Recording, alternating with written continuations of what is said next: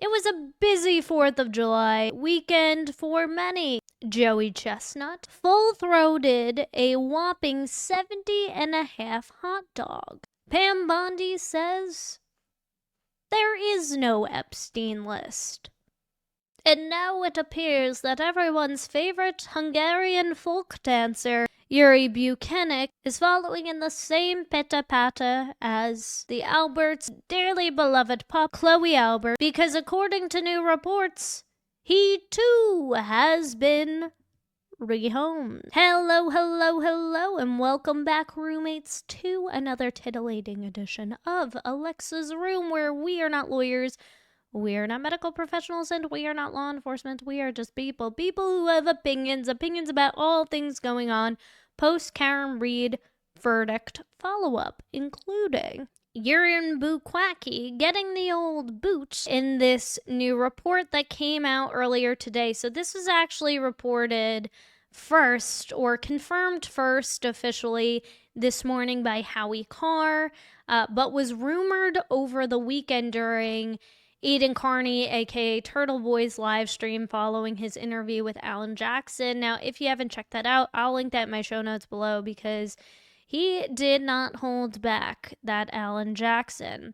But according to NBC 10 Boston, Massachusetts State Police Sergeant who supervised Karen Read investigation has been reassigned. It's not clear yet where he's going, but I'm sure it's not going to be as titillating or exciting as hitting the hot pavement in a tight pair of slacks, hassling middle-aged women about what rubber duckies they've been dropping in drips and drabs at their favorite eateries. Yuri Buquackie, who supervised the Karen Read investigation, has been reassigned from the Norfolk District Attorney's Office, a state police spokesman confirmed today. The reassignment was effective Sunday, state police said. They initially said he had been reassigned to the South Boston barracks, but later provided an update saying he was transferred on a temporary duty assignment to the Division of Standards and Training.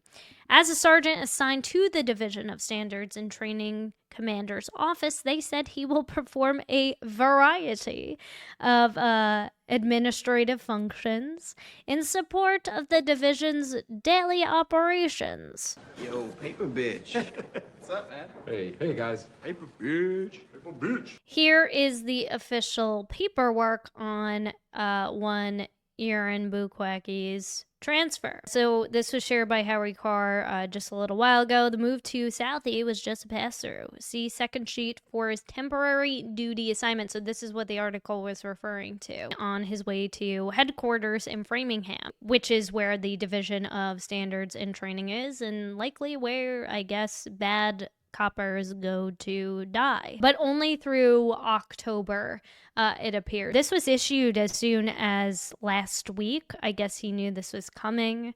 Conversations were had behind closed doors. I wonder if he had a rep there while this was all going down. Unlike Kelly Beaver, who we're going to get to in just a moment too. There's some news on her.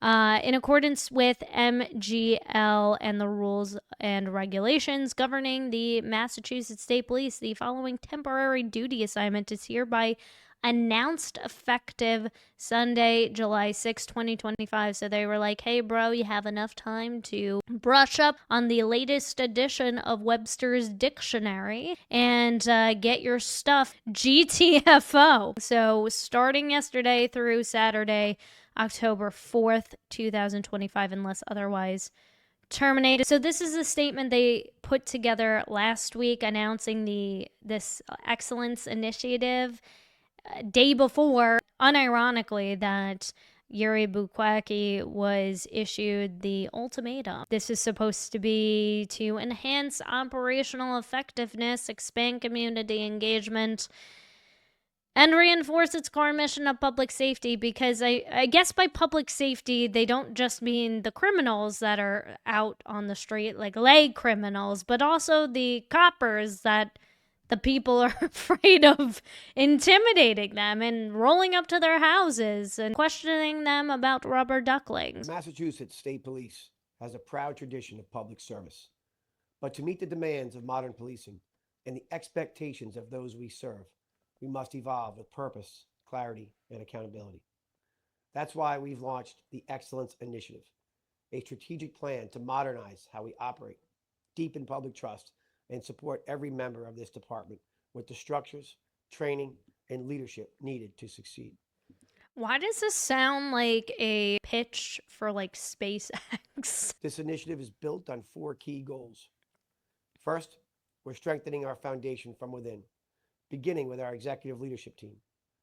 I've appointed a new command staff, including a deputy superintendent and division commanders, who will guide the department with integrity and experience. We've partnered with the International Association of Chiefs of Police to conduct a full review of our recruit training. We're also implementing a skills-based promotional process, one that values communication abilities and leadership. And we're expanding wellness programs, including cognitive behavioral training and appointing a sworn family liaison coordinator to support the well-being of our members. Our second goal is accountability. Public trust must be earned and maintained every day. We've restructured command responsibilities and launched a field supervisor pilot program to strengthen oversight in the field. We've established key performance indicators for our leadership to ensure our success is measured and mission aligned. We're also building a quality assurance unit and expanding our reviews of body-worn camera footage to ensure that every interaction reflects our standards of fairness, professionalism, and transparency. Well, I think the issue is that they weren't wearing body cameras in this particular instance. In fact, interviews weren't being recorded. A lot of this that happened in this investigation could have been avoided if there had been body cameras more. Just as important, we're raising the bar for investigative excellence. We've delivered advanced training to more than 500 investigators across our investigative services and Homeland Security divisions. From courtroom testimony and case management to proper use of digital tools, our updated onboarding and annual training ensure that every detective is prepared to meet the highest professional standards. We know that strong communities build safer communities. That's why we've created a new community affairs office and launched structured outreach efforts across the state. We're proud to introduce the upcoming State Police Citizens Academy, giving stakeholders a firsthand look at who we are and how we serve. And we are planning a more robust statewide recruitment campaign to attract our next generation of troopers. And finally, we remain laser focused on public safety. We are using data to identify and disrupt the drivers of violence across Massachusetts. We're delivering more tailored community safety programs, expanding critical infrastructure protection, and enhancing our crisis response capabilities to respond swiftly and effectively when threats emerge. What about in the snow? The Excellence Initiative is not just a plan, it's a promise to our communities and a promise to our troopers and to the future of this department. We will hold ourselves to the highest standards. We will lead with professionalism and integrity, and we will work every day to build a safer, stronger Commonwealth together. We ensure daily buffing of every single one of you bald-headed Massachusetts state troopers. Daily buffings funded by the taxpayers. So, I mean, this seems to be part of this initiative. Hopefully he suffers more consequences instead of just being sentenced to a life of making paperclip bracelets for the rest of his life, but we'll see. So this is a statement that the state police put out in response to this news today. As the colonel said, following the conclusion of the second trial, the events of the last 3 years have challenged our department to thoroughly review our actions and take concrete steps to deliver advanced investigative training, ensure appropriate oversight, and enhance accountability. So what this reads to me is you're saying we're just hiring incompetent detectives. Which is also not good. Or is the problem that they are competent, but they're deliberately choosing not to do the right thing? I think there's a stark difference in the two things. So also weeding out the bad eggs in the basket as well. ensure appropriate oversight and enhance accountability. So no little sweet post-it notes, LOL, no tamperings, any of that stuff. Under his direction as colonel, the state police has and will continue to improve in these regards.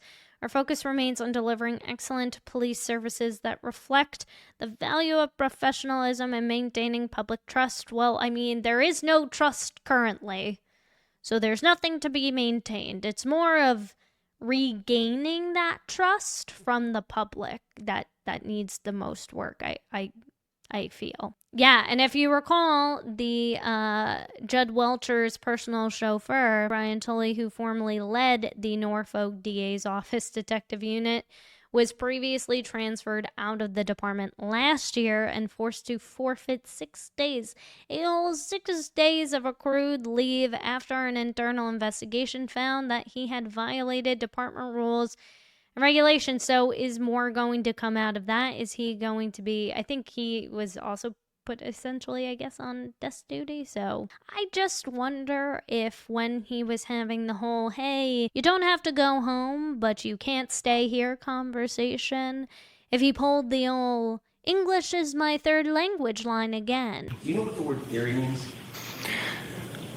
I'm sorry, English is like a third language for me, so if you can bring up the Webster's Dictionary, I can read it out. Now, of course, there is the alternative. If desk pop duty doesn't end up working out for him, at least he has a promising career in adult entertainment.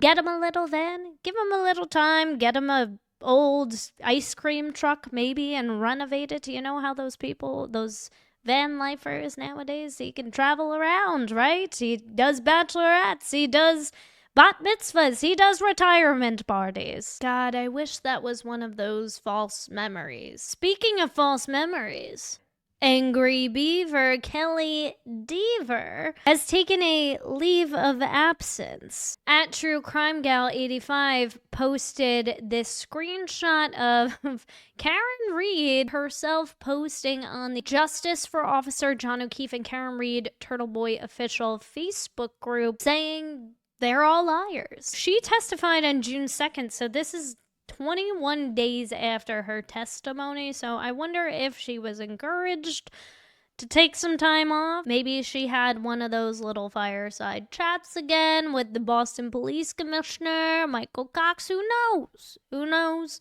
But it seems like at this point, they're all dropping, not like it's hot, but dropping like flies. So thanks True Crime Gal 85 for posting that.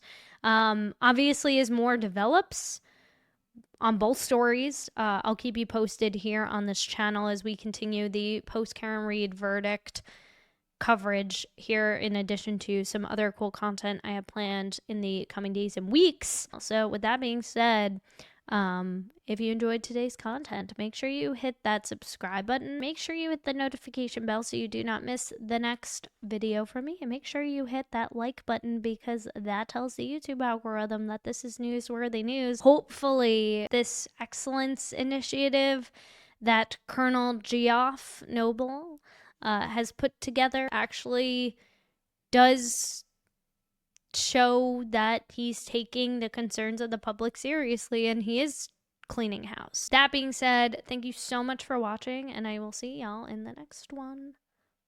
Deuces.